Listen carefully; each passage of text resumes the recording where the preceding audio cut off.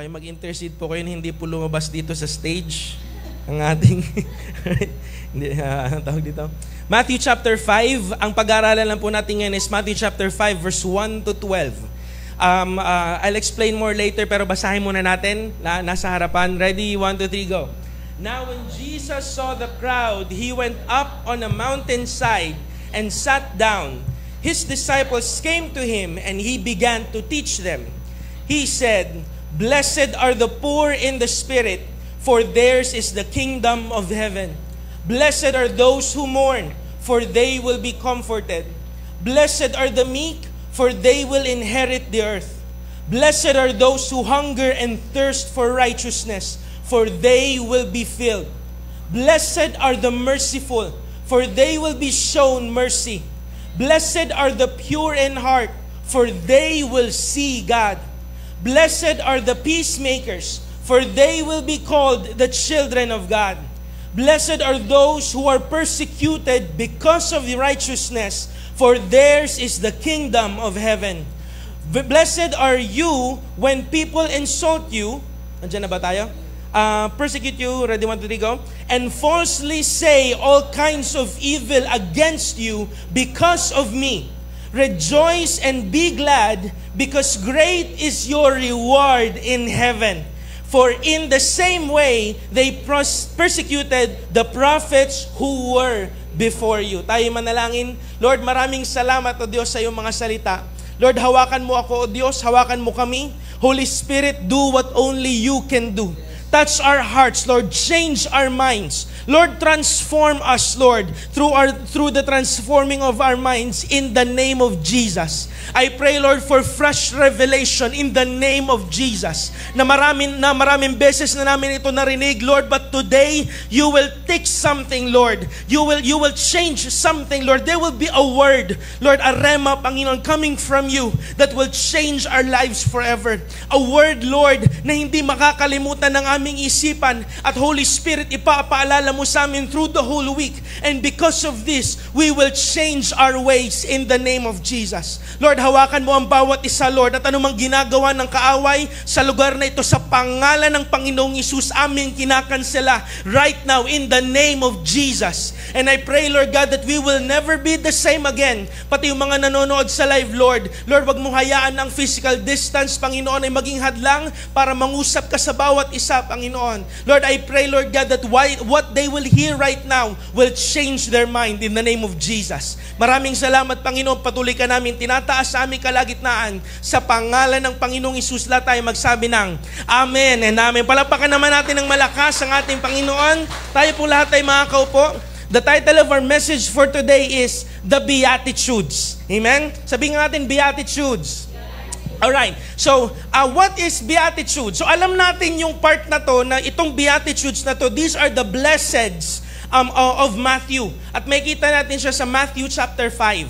Pero marami sa atin hindi alam kung bakit beatitude ang tinawag dito sa set of preaching nito. So just to let you know, mga kapatid, si Matthew, record niya po yung preaching ng Panginoon. Isa itong mahabang preaching, makinig, na hindi lang po siya Matthew chapter 5, kundi yung preaching na yon umabot from Matthew chapter 5 hanggang chapter 7. Kung nakikita niyo po yung sa Biblia, yung tungkol sa ilaw at asin, yung tungkol sa yung sunod-sunod na yun, mga parabolo, yun po ay ginawa ng Panginoon sa isang araw lang. At hindi po siya set ng teaching ng Panginoon na ginawa sa iba't ibang mga setting, but that is a one long preaching na umabot ng 2 chapters nung ni-record ni Matthew. Now, yung first part nun ay tinawag na beatitude. Bakit? Kasi sabi po sa Latin, why was it called beatitude? The Latin root of the word beatitude is beatitudo. Nang ibig sabihin ay, next slide please. Yeah. Nang ibig sabihin ay blessedness or supreme happiness. Can we say that? Supreme happiness. Ready, 1, 2, 3, go. Supreme happiness. Alright? So, kung meron daw mga forms of happiness, this is the supreme. Ito yung pinakadakilang way. Ito yung pinakadakilang way kung paano magiging fulfilled ang isang tao. Here in this earth, mga kapatid, wala po tayong ginagawa na para ikalungkot natin. Sino po dito may ginagawa sa buhay niya para ikalungkot niya? Wala po. Lahat tayo, we are all in the pursuit of happiness. Amen? Lahat tayo, nagtatrabaho ka para sumaya ka, para mabili mo lahat ng mga kailangan mo at ma-fulfill ka. Tama? Amen? Nag-aaral tayo para matuto tayo, para maging marunong ka sa buhay, para one day magkaroon ka ng business or trabaho, and then you will supply your needs, and you will be happy. Amen? Nag-aasawa tayo para maging masaya ka, hindi para maging masaya, kundi para magkaroon ka ng kasama sa buhay, hindi ka lang mag-isa sa mundong ito. Amen? Lahat ng ginagawa natin, mga kapatid, wala tayong ginagawa para maging malungkot. Lahat ng ginagawa natin para maging masaya, pero ang Panginoon, nag-set siya ng standard. Sa unang-unang preaching niya, nag-set siya ng standard na ito yung supreme kind of happiness. This is, kung meron kang way para maging happy, kung way mong maging happy ay bumili ng sapatos, sino po dito sumasaya pag may sapatos siya? Ay parang, ang pa-plastic nyo guys, okay? Pag may bago lang tayo sapatos, #newkicks ka na sa post mo. Pero sumasaya tayo, pero sabi ng Panginoon, kung meron kayong ipo-pursue para maging masaya, ito yun. This is the supreme happiness. Sa Matthew chapter 5, ginamit po yung word na makarios. Nang ibig sabihin is blessed, fortunate, or favored by God. Amen? Anong ibig sabihin nito, mga kapatid? Na si Jesus, dahil sinabi niya, the kingdom has arrived. Na narito na ang paghahari ng Panginoon, He's setting a standard sa kanyang mga disipulo. Once again, sino po mga disipulo ng Panginoon? Amen? Don't let them call you just a Christian. You are a disciple of God. At sinabi niya sa mga disipulo niya na merong values ang langit.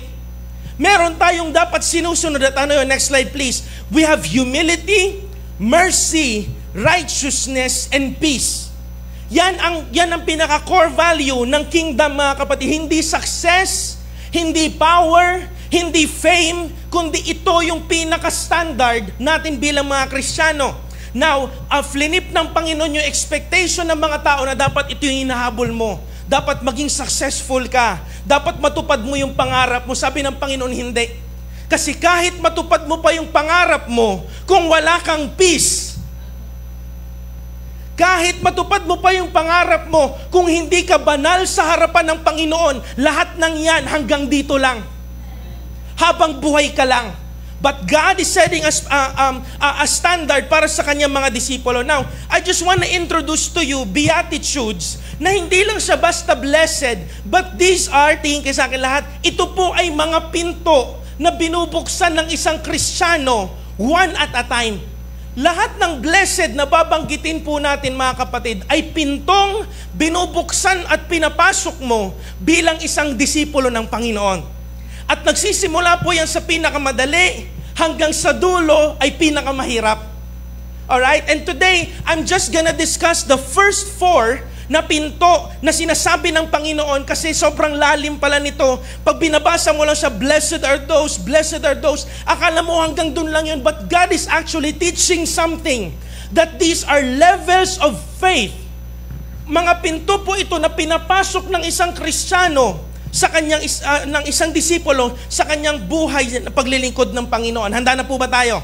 Now, hahatiin ko po ito sa 3 lagi. Every pinto na papasukin natin, hahatiin ko lagi sa 3. Next slide please. Pagpapala, pangako, at pagsubok. So pagpapala, sasabihin natin kung ano yung pagpapala, then ano yung pangako ng Panginoon kapag ginawa mo yung pagpapala na yon, at ano yung pagsubok o ano yung challenge natin bilang Kristiyano, paano natin siya maya-apply ngayon. So unang pagpapala, Matthew chapter 5 verse 3, blessed are the poor in spirit, for theirs is the kingdom of heaven. So sabi doon, mapalad daw yung mga mahirap o dukha sa spirito. Now, we always mistake this as laging na gusto ng Panginoon laging maging mahirap tayo. Pero hindi po yung physical o financial na kahirapan ang sinasabi dito ng Panginoon. Sabi niya po, sabi na ibang translation, blessed are the poor. Pero kapag tinignan niyo po sa ibang salin, makikita niyo na blessed are the poor in spirit. Na ano ibig sabihin ng poor in spirit? Next slide please. Sabi po sa Biblia, lagi po tayong titingin sa mga translation kasi doon natin malalaman kung bakit yun yung sinabi ng Panginoon, bakit yun yung word na sinabi ng Panginoon. Poor in spirit in Greek is petokos. Alright? Nang ibig sabihin literally is poor. O yung ano ba yung poor? Mahirap. Ano yung nasa lansangan? Pulubi yan. Nakalimutan ko yung word. Pulubi. Yung wala talagang pera, as in wala, poor na poor. Okay? Yan yung sa Greek. Pero hindi Greek yan sinabi ng Panginoon. Kaya yung ibang translation, ang pagta-translate nila is, blessed are the poor. Kasi nung translate sa Greek, walang word para sa poor in spirit. They just use the word poor o petokos at sinabi na lang doon na blessed are the poor. Pero hindi yun yung original na sinabi ng Panginoon kasi ang Panginoon nung nagsasalita po siya at tayo, Tagalog tayo, siya, Aramaic ang language niya. At sa Aramaic pong ibig sabihin ng poor in spirit is this. It's a humble person who voluntarily gives up material things to gain spiritual richness. Katulad po nung sinabi niya doon sa binatang mayaman, ano sinabi niya? Nagawa mo na ba lahat ng mga utos? Sabi niya, nagawa ko na po yan. Sabi niya, isa na lang ang hindi mo nagagawa. Itong maging poor in the spirit. Na ibig sabihin, maging willing ka, anak. Sabi niya, maging willing ka na mawala yan lahat para lang maging rich ka, para maging mayaman ka sa spirito. Naintindihan po ba ng lahat?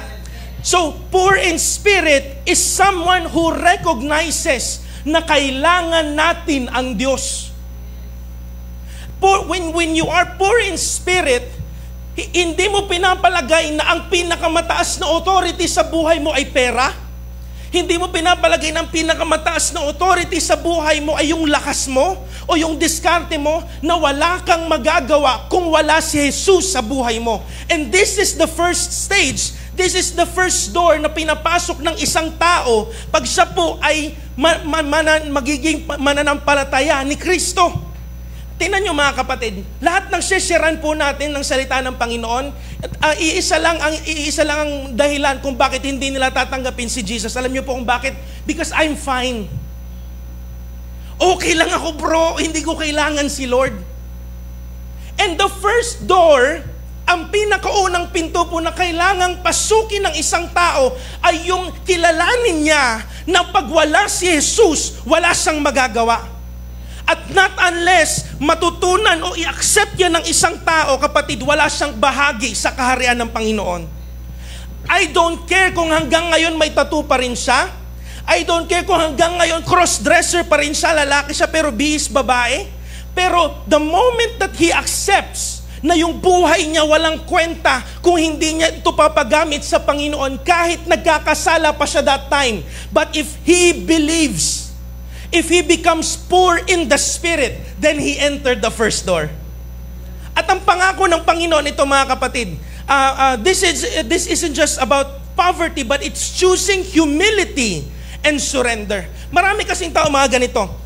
Hindi siya ligtas kung nagkakasala pa siya. Mali po yan mga kapatid. Kasi hindi yung hindi mo pagkakasala yung nagligtas sa'yo, kundi yung pag-acknowledge mo na kailangan mo si Jesus.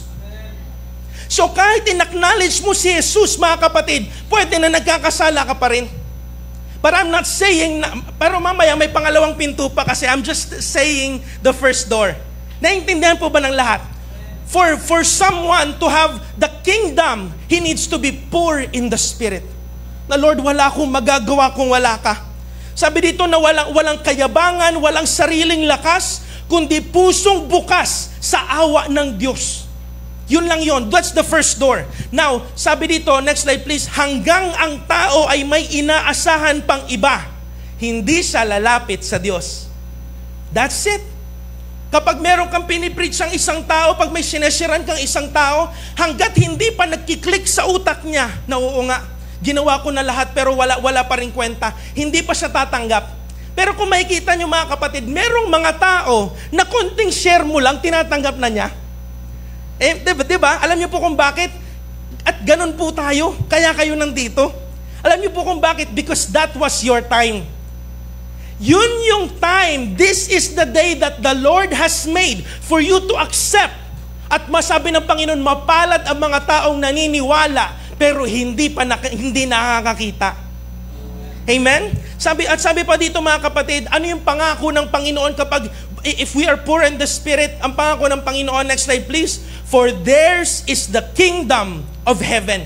Sa kanila ang kaharian ng Diyos. So ano ibig sabihin nito mga kapatid? Kapag tinanggap mo si Jesus bilang iyong Diyos at tagapagligtas, buhay na walang hanggan.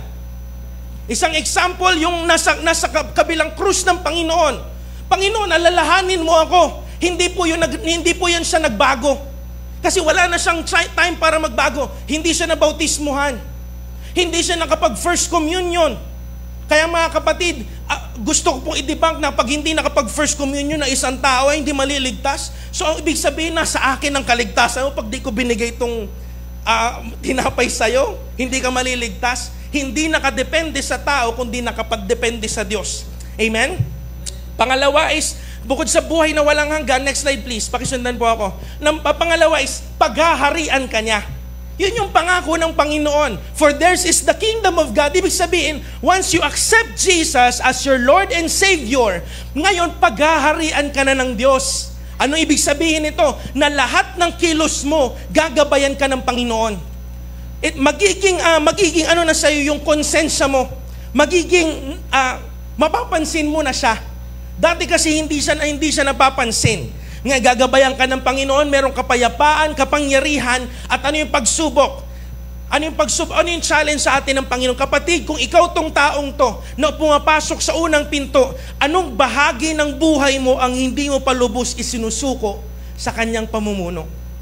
Meron ka pa bang bahagi sa buhay mo na hindi mo pa sinusuko ko sa Kanya? Sabi ng Panginoon, blessed are those who are poor in spirit, for theirs is the kingdom of heaven. Pangalawang pinto, mga kapatid.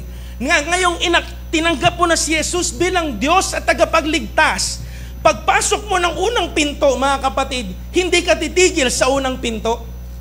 Kasi sabi ng Panginoon, Matthew chapter 5 verse 4, blessed are those who mourn, for they will be comforted. Now, kailangan ulit nating i-define kung ano yung mourn dito. Ito ba yung nagluluksa lang?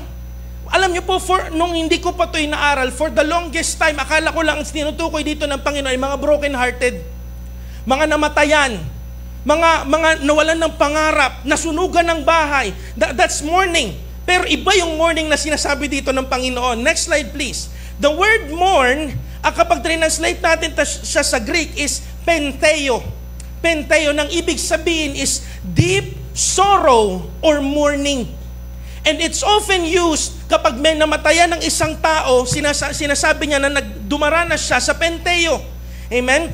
Pero kapag sa Biblia, kapag pinag-uusapan ng salita ng Panginoon, mga kapatid, it means spiritual mourning. Yung bigat na bigat ka sa spirito mo.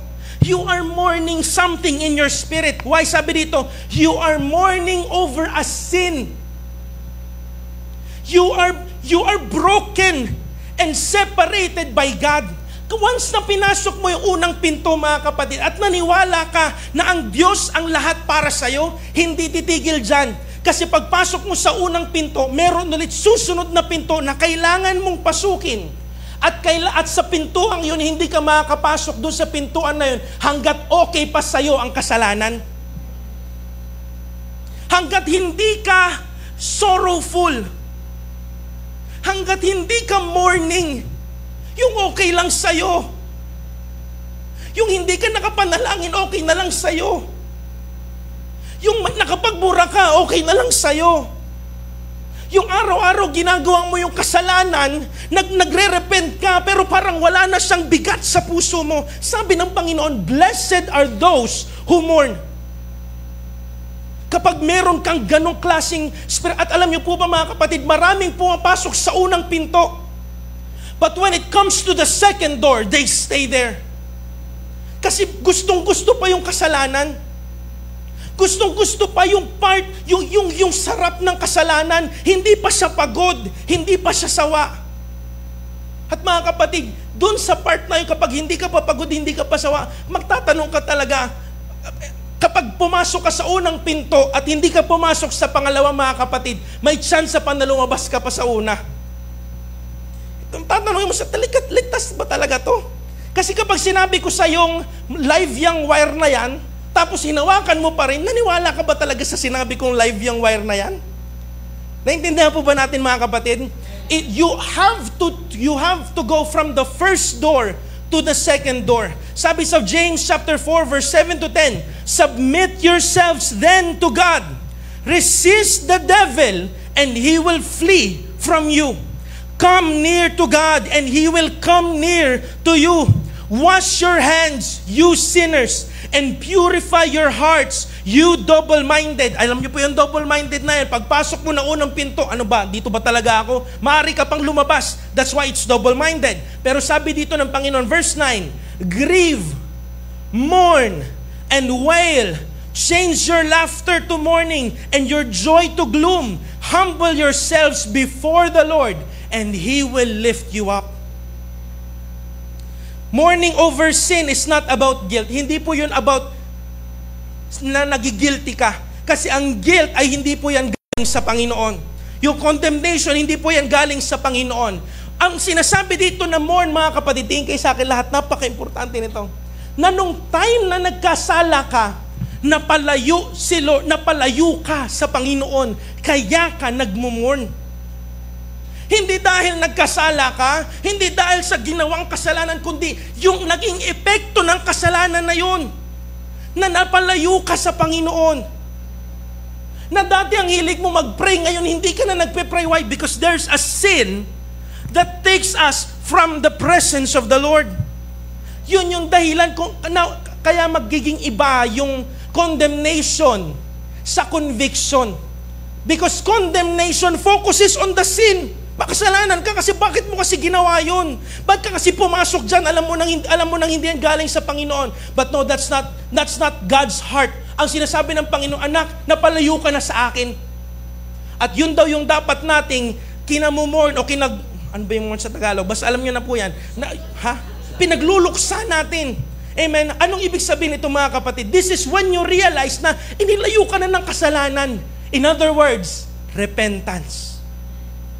Yung pagbalik mo sa Panginoon, bakit kasi na-realize mo na napalayo ka na sa Kanya. And our whole walk as a Christian, nandito pa lang pala tayo sa pangalawa. You're still struggling between sin and good. Wala pa tayo sa pangatlo, pangapat. Hanggang 9 na pinto po ito, hanggang 10 pinto po ito. Nandito pa lang tayo sa pangalawa. Marami sa atin 5 taong Kristiyano na pero hanggang dito pa rin ang battle natin. Sabihin mo nga sa katabi mo, pumasok ka na. Amen. Anong pangako ng Panginoon kapag tayo'y nag-mourn in the Spirit? Sabi dito, for they will be comforted. Ito pong buong phrase na to, yung blessed are those who mourn, for they will be comforted. Next slide please. Sa Greek po, ito po yun sa Greek. Makarioi hoi pentontes hoti oto parakletion tai. Okay? So yung makarioi, part doon is blessed. Now, pentontes is mourning, those who mourn. At yung pangatlo, mga kapatid, sabi dito yung pangako ng Panginoon, parakletion tai, it is that they will be comforted. You know where I'm going? Parakletos, the Paraclete, it's the Holy Spirit. Yun yung pangako ng Panginoon. Palakpakan naman natin ng Panginoon. Because you know na hindi natin kayang lumayo sa kasalanan pag wala ang banal na Espiritu Santo. Hindi natin kayang tumalikod sa kasalanan. Hindi natin kayang mag-grieve sa kasalanan kapag wala ang banal na Espiritu Santo. The first promise, kapag ikaw daw, if you mourn, is to be comforted, meaning the Comforter, the Holy Spirit. John chapter 14, verse 26, subalit ang mga aliw, or the Comforter, ang Espiritu Santo na sususugin ng Ama sa aking pangalan, nasusuguin ng Ama sa aking pangalan, ang siyang magtuturo sa inyo ng lahat ng bagay at magpapaalala sa inyo, thank you Jesus for this, magpapaalala sa inyo ng lahat ng aking sinasabi sa inyo. Sabi po sa ibang translation, kung kailan nyo kailangan. Whenever you need it, the Holy Spirit will remind you what to say. Lahat ng natutunan natin, lahat ng napag-aralan natin, it's the Holy Spirit. Alam niyo po kung merong persona ng Panginoon that's very prevalent right now, it's the Holy Spirit. Kasi siya yung persona ng Panginoon na nakasama natin. Kasama natin araw-araw, naninirahan sa atin. Pangalawang benefit, pangalawang pangako is forgiveness and restoration. Now, para saan to mga kapatid? Ito'y para sa mga Kristiyanong tumanggap na pero nagkasala. Sabi ng Panginoon, for those who mourn. Now, if you're mourning, pero kung okay pa rin sa iyong kasalanan, kapatid, magbago ka na. Kasi ibig sabihin, wala sa iyo yung totoong pagbabago. Pero sabi dito, for those who mourn, you will be comforted. Ano yung comfort na ibibigay sa isang Kristiyanong nagkasala? Ito po, mourning over sin leads to repentance, and God responds, mercy. Awa, habag ng Panginoon. Sabi sa Jeremiah chapter 31 verse 34, for I will forgive their wickedness and will remember their sins no more. Sana po palakpak po kayo sa bagay na yun. Alam niyo po, ako po kung meron akong papalapakan, ito po dahil ang dami kong kasalanan.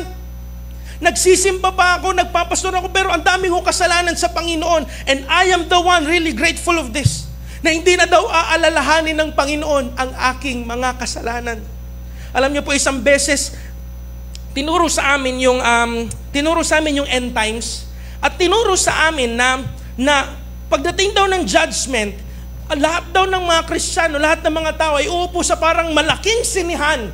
Tapos merong malaking TV sa harapan. Tapos doon ipa-flashback lahat ng mga ginawa mo sa buhay. Sabi ko, Lord, kung nakita nila yung nasa CR ako, ano ko doon, parang di sila matutuwa sa makikita nila. Pero alam niyo po ba mga kapatid, we are exempted in this.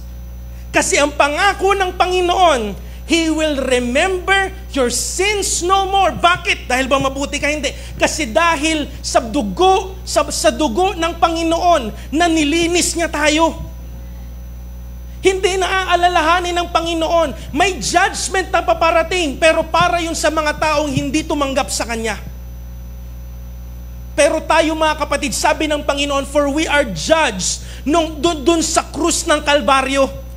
Doon yung judgment natin. Nung namatay si Jesus sa krus ng Kalbaryo, doon tayo hinatulan. Kasi yung kamatayan na dapat para sa atin, siya yung sumalo. That was the judgment already. That's why, kahit mamatay ka kapatid, kahit mamatay ka pa, alam mo na pupunta ka sa langit. Bakit? Kasi tinanggap mo si Jesus bilang iyong Diyos sa tagapagligtas. Now, sabi dito mga kapatid, the comfort here is being restored in a relationship with God. Kung ikaw ay Kristiyano na, mananampalataya ka at nagkasala ka, if you will mourn, God will restore the relationship. He will restore. Alam niyo po yung nag-away kayong mag-asawa, tapos pagising niyo parang walang nangyari. Sabi niyo, uy, para ako po pag nag-aaway kami, tapos hindi na naaalala ni May, or naaalala niya, hindi niya lang sinasabi. Uy, parang hindi niya na naaalala yung ginawa ko kagabi ah. Parang, alam niyo po, sobra yung peace ko doon. Sobra ang ganda ng araw ko. Bakit? Kasi, alam kong either nakalimutan niya or hindi niya na inaalala. At ganun tayo mga kapatid, kapag tayo kino-comfort ng Panginoon sa isang pagkakasala na pinagluluksa mo. At pangatlo mga kapatid, there's hope in suffering. For those mourning loss, kung ikaw ay nakaranas ng injustice, loss of loved ones, hardship, Jesus promises that God sees and will act. At siya ay gagawa. Sabi sa Romans chapter 8 verse 18, para sa akin, ang mga pagtitiis natin sa kasalukuyan ay hindi maihahambing sa kaliwalhatiang ipapahayag sa atin balang araw. At yung balang-balang araw na yan mga kapatid, pwedeng dito pa lang sa lupa, ipagtatanggol ka na ng Panginoon, hindi lang sa langit. This comfort may come now through peace, community, or full eternity. So anong pagsubok dyan? Anong pagsubok? Next slide. Anong challenge sa atin ng Panginoon? Ito, ano yung mga bagay, tao, o ginagawa mo ngayon ang nakapagpalayo sa'yo sa Diyos? Yes, tumanggap ka sa Panginoong Hesus, pero pwede bang iscan natin ang ating buhay? Ano, sino, o ano yung mga bagay na ginagawa mo na nakakapagpalayo sa atin sa Panginoon? Ikaw lang ang nakakaalam yan, kapatid. But today, the challenge is to scan our lives. Kung sumusunod ba tayo sa salita ng Panginoon. Pangatlo, mga kapatid, pangatlong blessing, pagpapala, Matthew chapter 5, verse 5. Blessed are the meek, for they will inherit the earth. Blessed are the meek, for they will inherit the earth. Now, ano tong meek na to? Okay? Sa Tagalog po, ang meek ay, ano yung meek sa Tagalog dyan sa translations ninyo? Basta yung tahimik, ganyan, hindi lumalaban, ganyan, yan ang meek. Now, in Greek, the word Greek is praus. Nang ibig sabihin po ay gentle, humble, and self-control. Pero mga kapatid, wag nating i-misunderstand yung meek. Kasi ang meek po, hindi po ibig sabihin niya na mahina. Ang meek po is strength under control. Na malakas ka, pero kahit malakas ka, kukontrolin mo yon para magmukhang mahina ka. Sabi dito, someone who submits to God's will without resentment, ng hindi nagagalit o hindi nagre-rebelde, yun daw yung meek. At ito pa, ang paghahalin tulad na isang meek, mga kapatid, sabi doon, para daw siyang isang maamong hayop, parang maamong elepante o maamong tigre. Sabi dito, strong but surrendered. Ang pagiging meek, mga kapatid, ay ganito, parang bumili ka ng isang itlog, isang tray ng itlog. Sa totoo lang, kaya mo siyang basagin. Hindi ka mahina, kundi kailangan mong maging gentle enough, kailangan mo magmukhang mahina enough para makuha mo yung pinakakailangan mo, which is yung buong itlog. Naintindihan po natin? Ibig sabihin, kapag ang isang Kristiyano ay naging meek, ibig sabihin, malakas ka, kaya mong gawin lahat, pero magiging surrendered ka. Submission, it is to the mission ng Panginoon. Sabi dito, being meek means you have your own will. Magagawa mo kaya lahat ng gusto mong gawin kasi binigyan ka ng will ng Panginoon. Pero hindi mo ito gagawin kung hindi kalooban ng Diyos. Now, listen to this. Yung unang pinto, you need to acknowledge that God is all you need. Pangalawa, dapat sa pangalawang pinto, mga kapatid, pag pinasok mo na yan, kailangan nagmo-mourn ka, mabigat sa iyo ang kasalanan. Pero sa pangatlong level, mga kapatid, if you are to enter the third door, ito ang dapat na ginagawa ng isang Kristiyano, na lahat pwede niyang gawin, pero hindi niya gagawin kung hindi ito kalooban ng Diyos. Sabi ng Panginoon, blessed are those who are meek. Kasi ganito yan, mga kapatid, pwedeng tinanggap mo si Jesus bilang yung Diyos sa tagapagligtas, at pwedeng nagluluksa ka sa kasalanan, pero pag may pinapagawa na sa iyo ang Panginoon, ayaw mo na. Pag mahihirapan ka na, ayaw mo na. Kapag may kailangan ng gawing part sa iyo, yung hindi naman kasalanan, pero magkakaroon ka ng effort, meron kang kailangang i-give up sa buhay mo, ayaw na natin. And many of the Christians dwell on the first and second door, but never enter the third. Sabi po dito, mga kapatid, ang pinaka-message ng pangatlong pinto ay pagpapasakop. Yung may gusto kang gawin, pero dahil hindi ka pinayagan, mga anak, listen to this, may gusto kang gawin pero hindi ka pinayagan, kahit kaya mong gawin yung bagay na yon, magpapasakop ka. Amen? Marami na nagpapaalam, pero ang sinasabi, gagawin ko na po ito. Pero kapag nagpapaalam ang isang Kristiyano, mga kapatid, hinihingi mo yung opinyon nung nakakataas sa'yo, na hindi mo siya gagawin kung hindi siya papayag. Amen? Meron po isang example, mga kapatid, dito. Meron isang pastor sa church Meron isang pastor sa church, tapos meron siyang isang next in line. Yung susunod na talaga sa kanya, yung associate pastor niya. Amen. At yung associate pastor na ito, lubog siya sa utang. Now, all of a sudden, nagkaroon ng opportunity yung associate pastor na ito na makapunta ng Canada, makapagtrabaho para mabayaran lahat ng utang. Amen. At sinabi niya sa sarili niya na makakapag-support na ako sa church. Yung tithes ko pwedeng maging support ng church yun.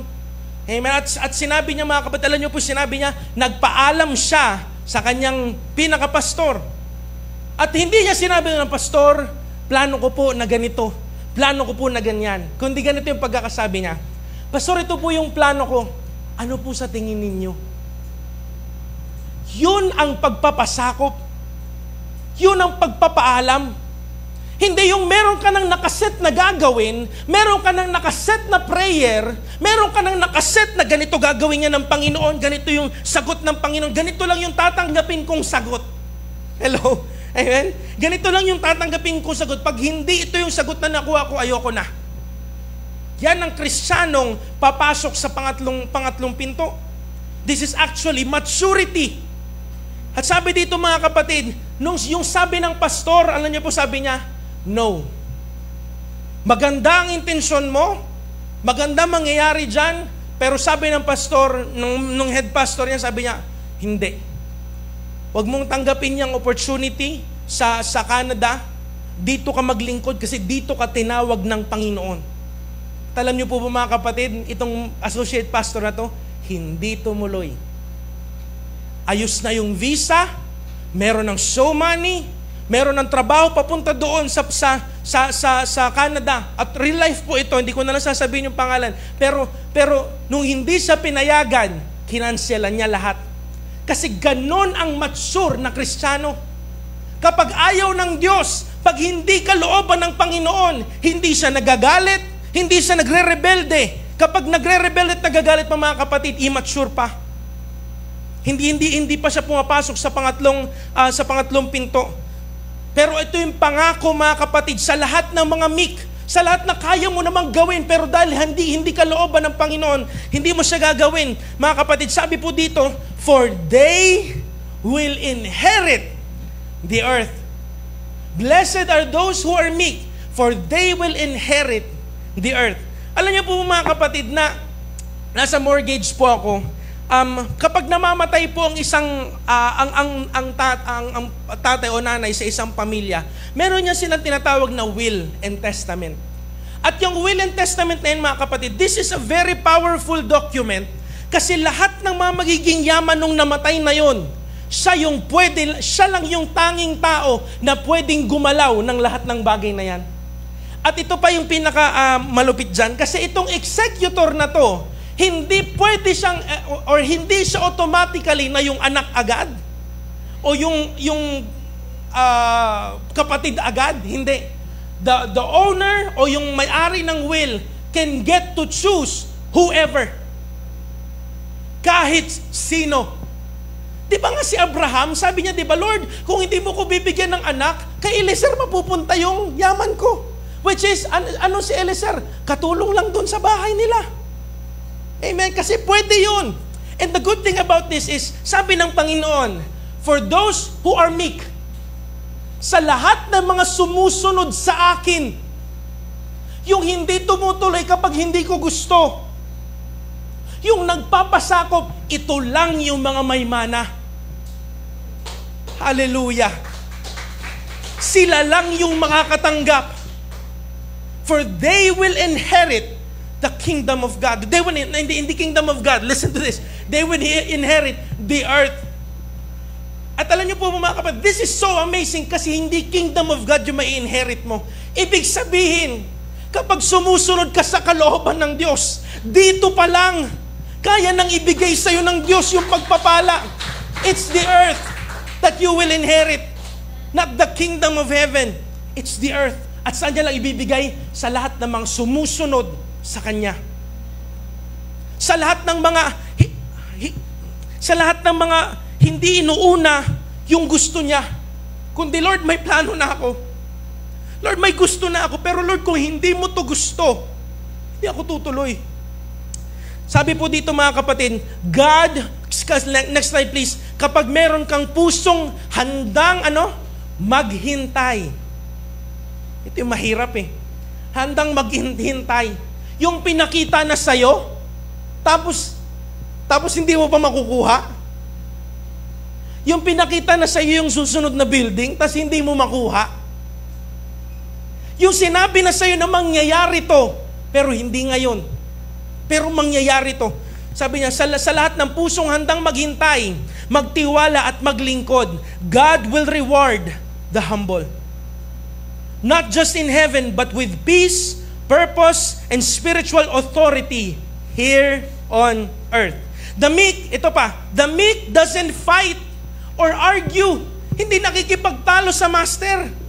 But they trust that God will provide. Palapakan naman natin ang Panginoon. So anong challenge sa atin mga kapatid para sa lahat ng mga gustong pumasok sa pangatlong pinto? Anong mga desisyon mo sa buhay ang ipinipilit mo? Ipinipilit natin pero hindi natin isinasangguni sa Diyos. Amen? Pangapat, at ito na yung huli.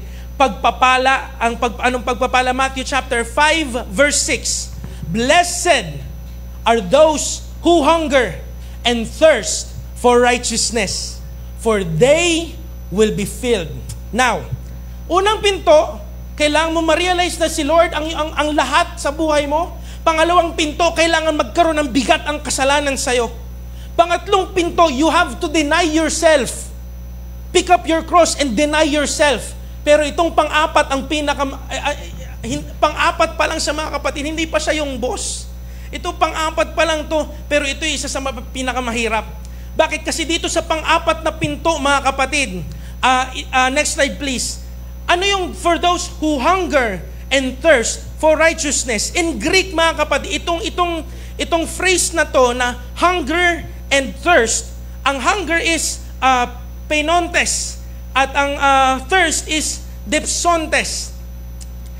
At hindi lang ito basta uhaw o gutom, pero ibig sabihin na ito, mga kapatid, is intense longingness.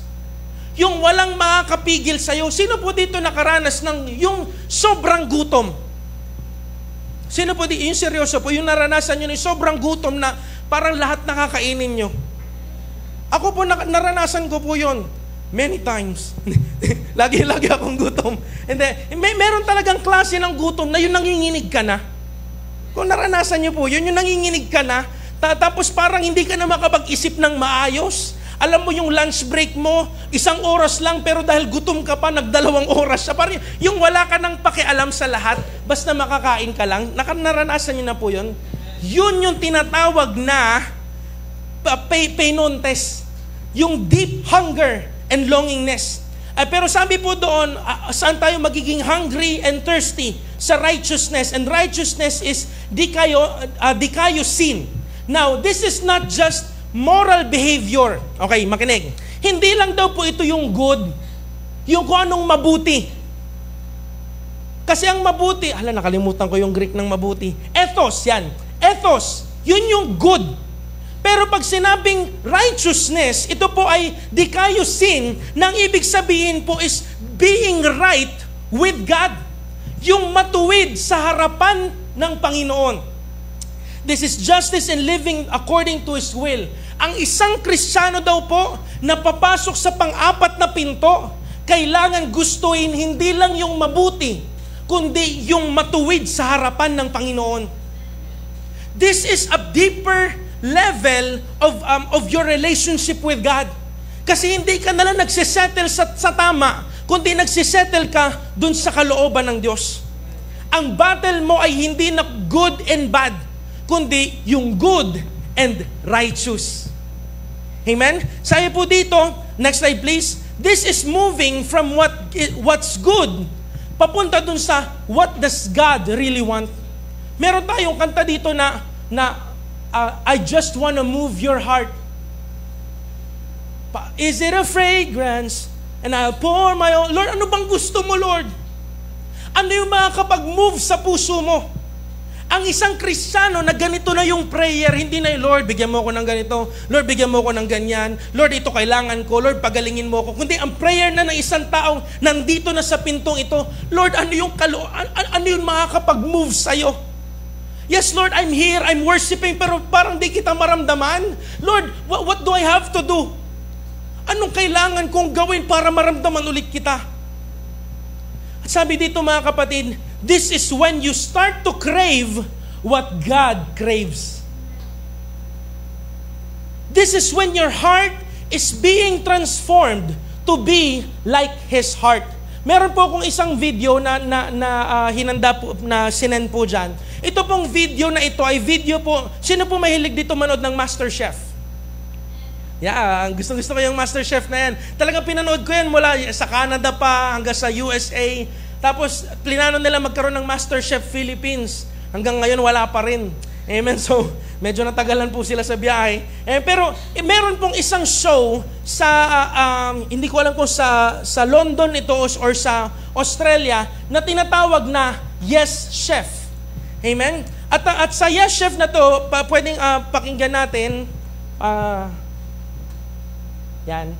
Sige, may 1 minuto lang po itong trailer.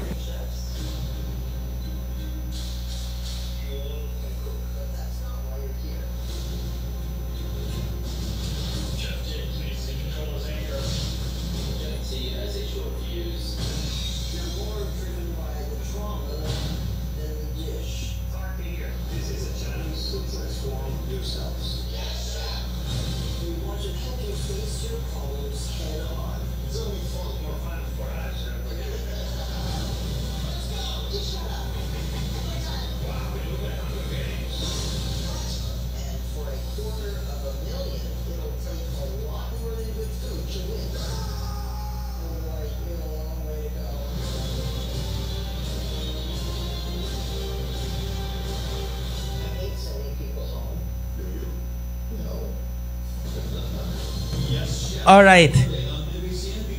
Okay. Yan, sige. Parang commercial. Sige, pakibukas na lahat ng ilaw. Now, siguro hindi nyo narinig kasi nandun siya sa may umpisa. Sabi po doon ng isang judge, sabi niya, you all can cook. Lahat kayo, magaling kayo magluto. Pero hindi yan yung kung bakit kayo nandito. Sabi niya, you all can cook, but that's not why you're here. Pero yun mo, cooking contest. Pero sabi nung pinaka-judge, kaya nyo magluto lahat. Pero hindi yan yung dahilan kung bakit kayo nandito. So kung hindi yun, sabi, ano? Tapos kung mapapansin nyo po, may isang chef po doon na gumanong pa. So sabi niya parang, so bakit kami nandito? At sabi pa doon ng isa, sabi niya, you are a lot more driven by the drama than the dish. Amen? Sabi po doon mga kapatid na parang mas natatangay sila ng drama, ng pressure, nung nangyayari sa paligid, kaysa yung kung anong kailangan nilang magawa, which is yung dish. Alam niyo po sa Biblia mga kapatid, si David ay tinawag na David was called the man after God's own heart. Amen? At ito yung mga verses na nagsusupport kung bakit siya tinawag na ganon. Sa 1 Samuel 13 verse 14, sabi po nito, nagsasalita si Samuel, kinakausap niya si Saul, sabi niya, but now your kingdom will not endure. Sabi niya kay Saul, the Lord has sought out a man after His own heart and appointed him ruler of His people because you have not kept the Lord's command. Si Lord daw ay nakahanap na ng isang taong after His own heart. Amen. At on Acts chapter 13 verse 22, dinefine kung anong ibig sabihin ng man after God's own heart. Makinig. Sabi po dito, after removing Saul, Acts chapter 13 verse 22, after removing Saul, He made David their king. God testified concerning him, I have found David, the son of Jesse, a man after my own heart. And He defined it. Sabi niya, bakit? Sabi niya, He will do everything I want him to do. Alam niyo po kung bakit Yes Chef ang title ng show na yon? Kasi merong main chef at sila yung tutulong sa chef. At kung ano yung sasabihin ng chef, wala silang ibang sasabihin kundi, yes, chef. Prituhin mo to. Yes, chef. Ay, hindi, mali. Huwag ka na lang pala magprito. Hiwain mo to. Yes, chef. Sige, ilaga mo to. Yes, chef. Ano pa pong kailangan mo? Hindi kailangan ko pa nito. Yes, chef. Lahat ng gagawin nila, mga kapatid, sabi niya, you all can cook. Yes, magaling kayo magluto, pero hindi kayo bakit nandito. Nandito kayo para sundin yung gusto ng chef. Magaling tayo, mga kapatid. Lahat alam natin. Pero hindi yun yung dahilan kung bakit tayo nandito. Ang dahilan kung bakit tayo nandito, mga kapatid, kundi kung ano yung kalooban ng Diyos, yun yung gagawin natin. At kapag sa Biblia, mga kapatid, if He says, you tithe, you say, yes, chef. Kapag sinabi niya, magbigay ka, magpatawad ka, kahit mabigat para sa'yo, you say, yes, chef. Kapag sinabi niya na pumunta ka dito, magbigay ka sa balong ito, kahit walang-wala ka na, hahanap ka ng ibang parang. Bakit? Kasi ang kailangan mo lang sabihin, yes, chef. At kahit pa, mga kapatid, pinakamagaling na chef, hindi nila alam lahat. At maybe yung mga taong yun, meron silang sariling idea nila. Meron silang way kung paano tutustahin yung toast. Meron silang way kung gaano lang dapat katagal babanlian yung gulay. Pero dahil yun yung sinabi ng chef, wala silang ibang gagawin kundi, yes, chef. At yung nanalo, mga kapatid, dun sa contest na yon, he didn't bring his culinary expertise, kundi ang binigay niya doon sa show na yon ay yung obedience niya doon sa chef. That everything he will do, he will just say, yes, chef. Nawa, mga kapatid, yun yung maging puso natin. That we always say, yes, Lord. Na kapag sinasabi ng Panginoon, masyado ka na nagbababad sa cellphone mo na yan, lagi ka na lang nanonood ng Reels, nanonood ka na lang ng YouTube, magbasa ka ng Biblia, ang sasabihin lang natin, yes, chef. Yung kaibigan mo yan, hindi yan magandang impluensya sa'yo, layuan mo siya. Kahit matagal na kayo magkaibigan, ang sasabihin lang natin, yes, chef. Yes, Lord. Masyado ka nang nagtatrabaho, 7 araw ka nagtatrabaho, lagi mo nang pinapagod yung sarili mo, hindi ka magiging mayaman sa ganyan. Magsimba ka, kahit alam mo na yung Sunday yung pinakamalaking kita, ang sasabihin mo lang, yes, chef. Sa food choices natin, lagi natin kinakain yung hindi healthy. If God says mag-diet ka, mag-fasting ka, you say, yes, chef. Kapag may nakikipagtalo sa'yo at sinabi ng Diyos magpatalo ka, hayaan mo siyang manalo, you will just say, yes, chef. And this is my last verse, mga kapatid. Anong pangako ng Panginoon? For they will be filled. Those who hunger and thirst for the righteousness of the Lord, they will be filled. John chapter 14, verse 13 to 14. Whatever you ask in my name, this I will do, that the Father may be glorified in the Son. And if you ask me anything in my name, I will do it. Anong sikreto para lahat ng panalangin natin nasasagot? We just say, yes, Lord. We just say, opo, Panginoon. Kung anong gusto mo, Lord, sige. Kung saan mo ko gustong dalhin, sige. Kung anong gusto mong gawin ko, sige. Kung anong gusto mong sabihin ko, sige. Kung anong gusto mong, ayaw mo i-pursue ko to, Lord. Kahit ito yung pangarap ko, sige. Ayaw mo, Lord, na ito yung gawin ko kahit matagal ko na itong pinagplanuhan, binadgetan ko ng lahat, nakagastos na ako. Pero hindi pala siya yung para sa akin, Lord, sige. It's not about the decision. It's about whether you say, yes, chef. Yes, Lord. Or magdadahilan ka pa. Nasa pangatlong pintuan pa lang po tayo, mga kapatid, pero palalim tayo ng palalim. I can just imagine kung anong sasabihin na Lord sa 5th, 6th, 7th, 8th door. Pero that's all for next week. Tayong lahat ay tumayo.